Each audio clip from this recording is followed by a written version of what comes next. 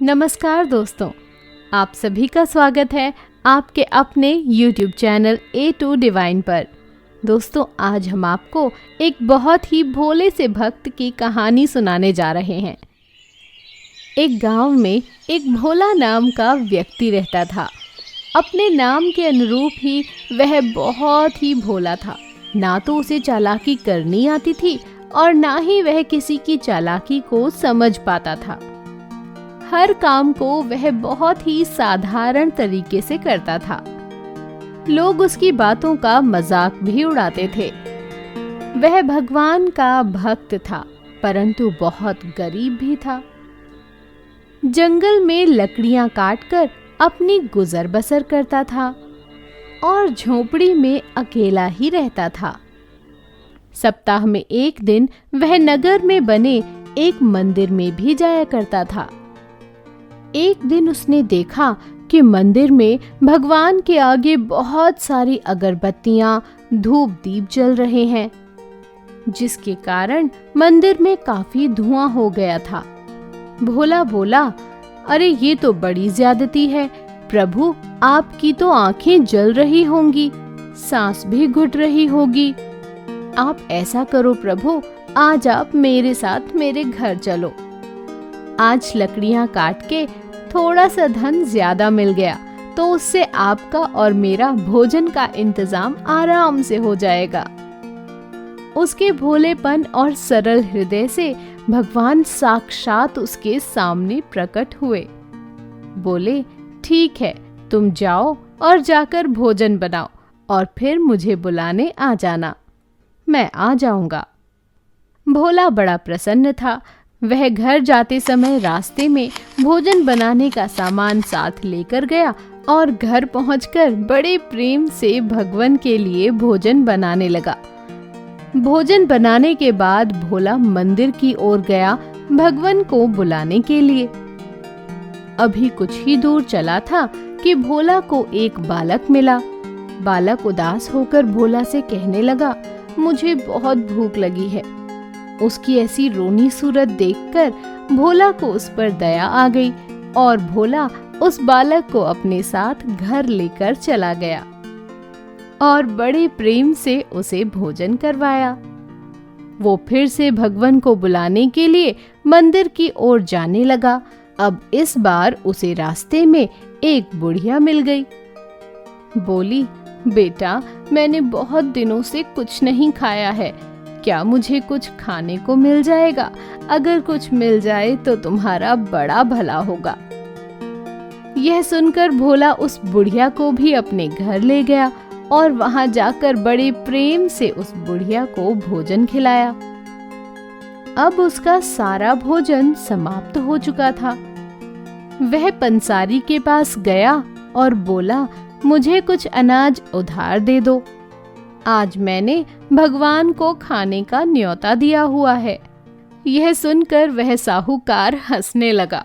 बोला, ऐसा भी कहीं होता है? भगवान किसी के घर नहीं आते।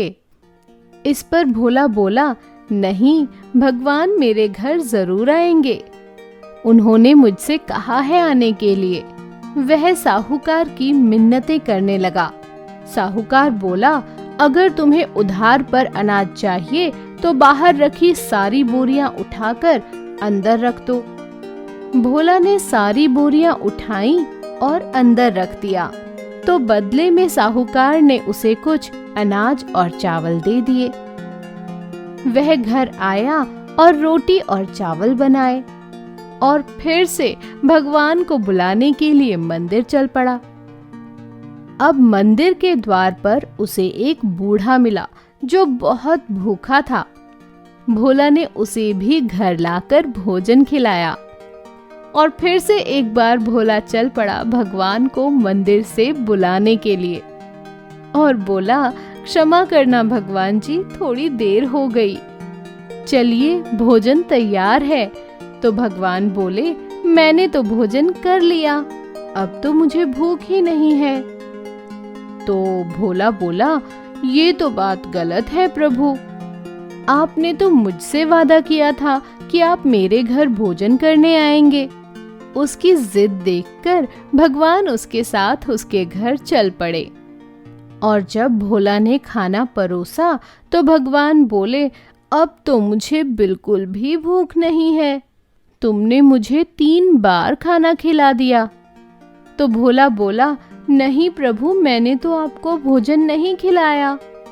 तो भगवान बोले, वह बालक, बुढ़िया और वह बूढ़ा मैं ही तो था, तुमने मुझे खाना खिलाया। परंतु भोला की समझ में यह बात कहाँ आ रही थी, वह नहीं माना। तो भगवान बोले कि ठीक है, मैं केवल एक शर्त पर खाऊंगा, तुम्हें भी मेरे साथ मेरी ही थाली में भोजन करना होगा। तो वह मान गया। तो इस प्रकार भगवान और भक्त दोनों एक ही थाली में भोजन करने लगे। भगवान भोजन करके चले गए और उसके बाद भोला के दिन बदल गए। भोला के पास धन धान्य और सब कुछ हो गया। उसकी यह स्थिति देखकर वह साहूकार भी मंदिर गया और भगवान से बोला, प्रभु, आपने भोला के यहाँ भोजन किया और उसके दिन पलट गए, आपको मेरे घर भी भोजन करना पड़ेगा। भगवान ने कहा कि ठीक है, तुम भोजन बनाओ और मुझे बुलाने के लिए आ जाना। वह सेठ बहुत खुश हुआ और खुशी खुशी अपने घर आ गया।